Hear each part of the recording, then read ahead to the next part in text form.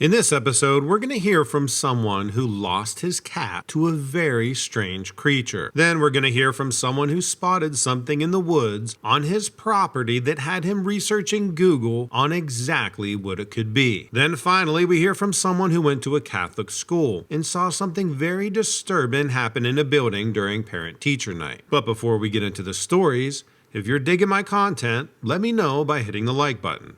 Now let's get to the stories. Hi, Donovan. This happened just last week where I lost my cat. I don't mean that he's lost, but rather I saw him get eaten by this thing in the field behind my yard. Let me back up for a second. The last few weeks I've been noticing some strange noises in my yard in the evening, around dusk time. Like this chirping sound, almost like a bullfrog, but different, slightly more high-pitched. After hearing this sound, I've seen movement in my backyard around the pond. There's tall grass around the pond because I only mow it every few months. It looked like something was running back and forth from the woods to the pond, but since the grass is so high, I really couldn't make out what it was. Then last week, I'm watching my long-haired cat from my back deck as I'm having a drink on the deck. He goes trotting off towards the woods, and then he sees something he wants to pounce on. I thought it was a mouse or something small because I couldn't see anything from the deck, and he's always bringing up dead mice to the back deck. So he's crouched down and then he takes off. As soon as he takes off, this lizard-type creature grabs him by the neck and bites him and starts eating him. It was a terrible sight to see. I went into the house to grab my shotgun, and I was going to empty it on this thing, but it was gone by the time I came back. I was only in the house for maybe 10 seconds. So now I lost my cat and I have this creature behind my house. I called animal control and they came out, but they couldn't find anything. I'm at a loss of what to do. I've never seen anything like this before. It stood maybe 3 or 4 feet tall, and it had these long black claws, but it looked like it only had 2 or 3 of them. And it was scaly like a lizard, but it was standing on its 2 legs, which really was freaky. I don't know if anybody in your audience has ever seen anything like this, but it ate my cat.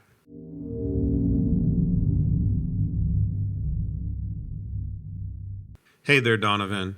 I've never seen a ghost or anything like that, but one time I saw an animal that freaked me out. Looking back, this is probably what initially sparked my obsession with all things paranormal. I've told this story to a lot of people, and I've had a few say that I was lying and just making this up. It just goes to show you that people's ignorance knows no bounds. Thanks for providing an ever-growing forum where people can share their experiences and gather insight instead of receiving judgment. My dad owns about 50 acres of land, and over the years, we've made a 4-wheeler trail that's nothing short of epic. It's got everything: steep inclines, long winding declines, and a couple of ramps where you can get some serious air, a mud pit, and untamed wilderness as far as the eye can see. I love going there to clear my head. There's nobody else around, and there's something about being alone in nature that calms and centers me. Many years ago, I was 4-wheeling on the trail late at night when I smelt something awful. We had some problems with people dumping trash on our property a couple of times, so I figured this is what I was dealing with.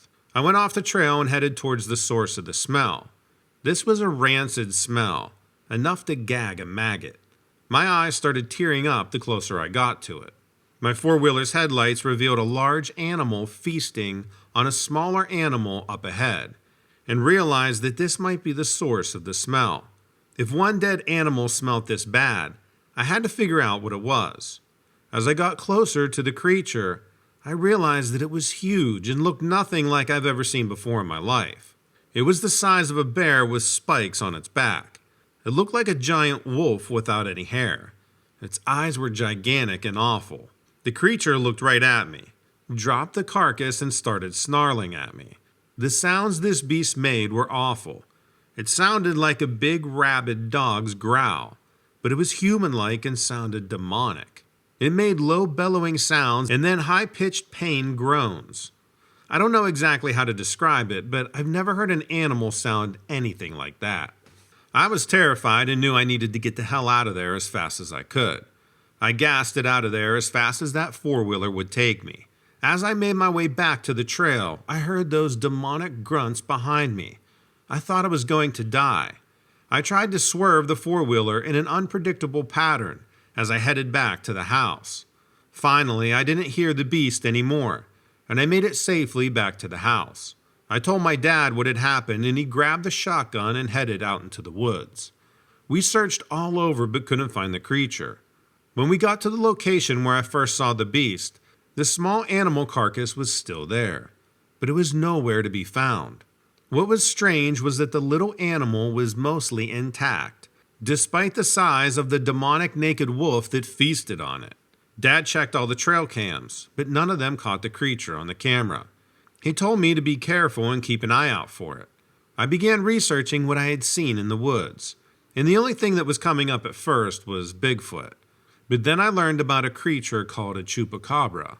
This creature was described as 5 to 6 feet tall, wolf-like in appearance, and it has spikes on its back, and it doesn't have any hair. Chupa means sucker, and cabra means goat in Spanish. It was called goat sucker because it was often found sucking the blood out of animals such as goats. Could this thing in the woods have sucked all this poor animal's blood out? I'm not saying with 100% certainty that the creature that I saw was a chupacabra, but out of all the animals that I've researched, this is the only one that I've found that matches what I saw. I hope I never see it again, but I've looked for it a lot over the years. My dad and I put up more trail cams, and we put motion lights all along the trail to try to get some evidence of this creature. So far, however, we've only captured deer, dogs, and turkeys. But having motion lights so you can ride the trail at night is awesome. So maybe I should be thanking the beast. Thanks for reading my story.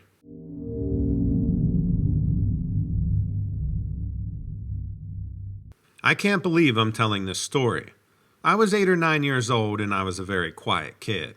It was a good way for me to escape since my mom was such an emotional abuser. During that time, I was really into mystery stories.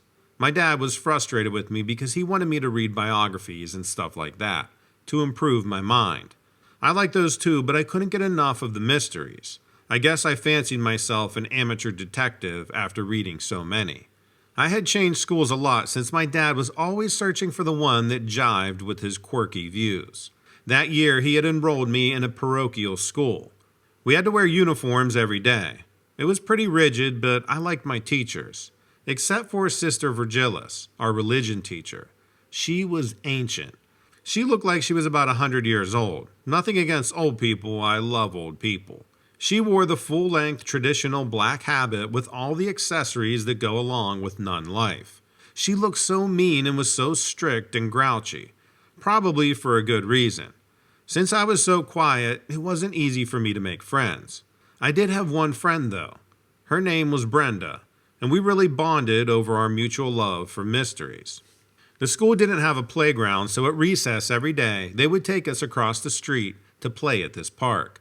The teachers were very lenient when we were outside, and we were allowed to roam all over. At one corner of the park, there was this really old white brick building. Brenda and I were obsessed with this building. All the doors and windows were bricked up, so the whole thing was just a giant white brick structure. But you could see the outlines where the doors and the windows had been. Just faint lines. We would spend most of recess going round and round and examining the place. We always hoped we'd be able to find a way in. We got our hopes up for a while, then we discovered some stairs down to an old cellar door. That was the only door not bricked in, but it was nailed shut. The only other access was the old mail slot next to where the entrance door had been. You could still push that mail slot in and look. Why would they leave that unbricked? When we looked through there, all that we could see was a dark, cavernous room and a bunch of tables. The place really had a feel of an old asylum, but it was completely unmarked. Brenda and I were convinced beyond a doubt that something was going on in there, mainly because of the clicking sounds. It obviously seemed completely abandoned, but if you listened at the mail slot, there were these intermittent clicking sounds. There was no pattern to the sounds, but we heard them regularly. It was too loud to be an insect, but it sounded like it came from something alive. Well, one night in the fall, the school was having an open house. It was a chance for parents to talk to teachers and for students to show off their work. The whole school was buzzing with all those people making their way through, checking out all of the classrooms. Brenda grabbed my hand and pulled me over to the refreshments table so we could steal some cookies. We weren't supposed to take anything until all the presentations were done. I had just gotten a hold of a cookie bar when an old hand came on top of mine. I looked up and saw Sister Virgilis glaring down at me. I snatched my hand away and ran down the hall with Brenda. We burst through the front door and ran across the street to the park. We had never been there before at night. We were standing in the middle of the park and we looked over at that building. The outlines around the windows and doors were glowing. Just hairline cracks of light shaped like windows and doors. It was the most surreal thing ever. We whispered to each other and agreed to quietly approach the building. I can't even believe we went over there. It was like our detective personas kicked in, and we weren't even appropriately afraid. As we got closer to the mail slot, we started hearing those clicking sounds again. They were much louder than we ever heard them before. We crouched down slowly and pushed the mail slot and looked in. There were several lanterns around the tables, like the kind you would take camping, like Coleman lanterns. There were two unnaturally tall and skinny men standing at one of the tables. They had no clothing and they were incredibly pale. The clicking sounds seemed to be coming from them. They were crouched around something laying under a sheet on the table.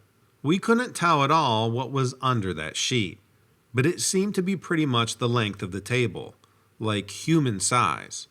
Then one of the men bent its head down and the clicking got really loud. Suddenly it made some kind of contact with whatever was on the table, and there was like a sharp intake of air. It reminded me of a Dementor's kiss or something, like in Harry Potter.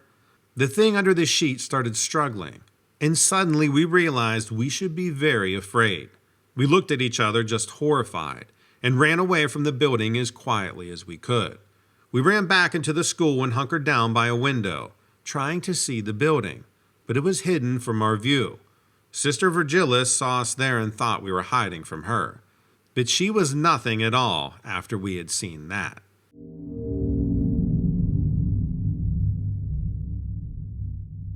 Let me know what you think about these stories in the comments below. And also check out Lilith Dread. She releases almost every single day. Thanks and take care.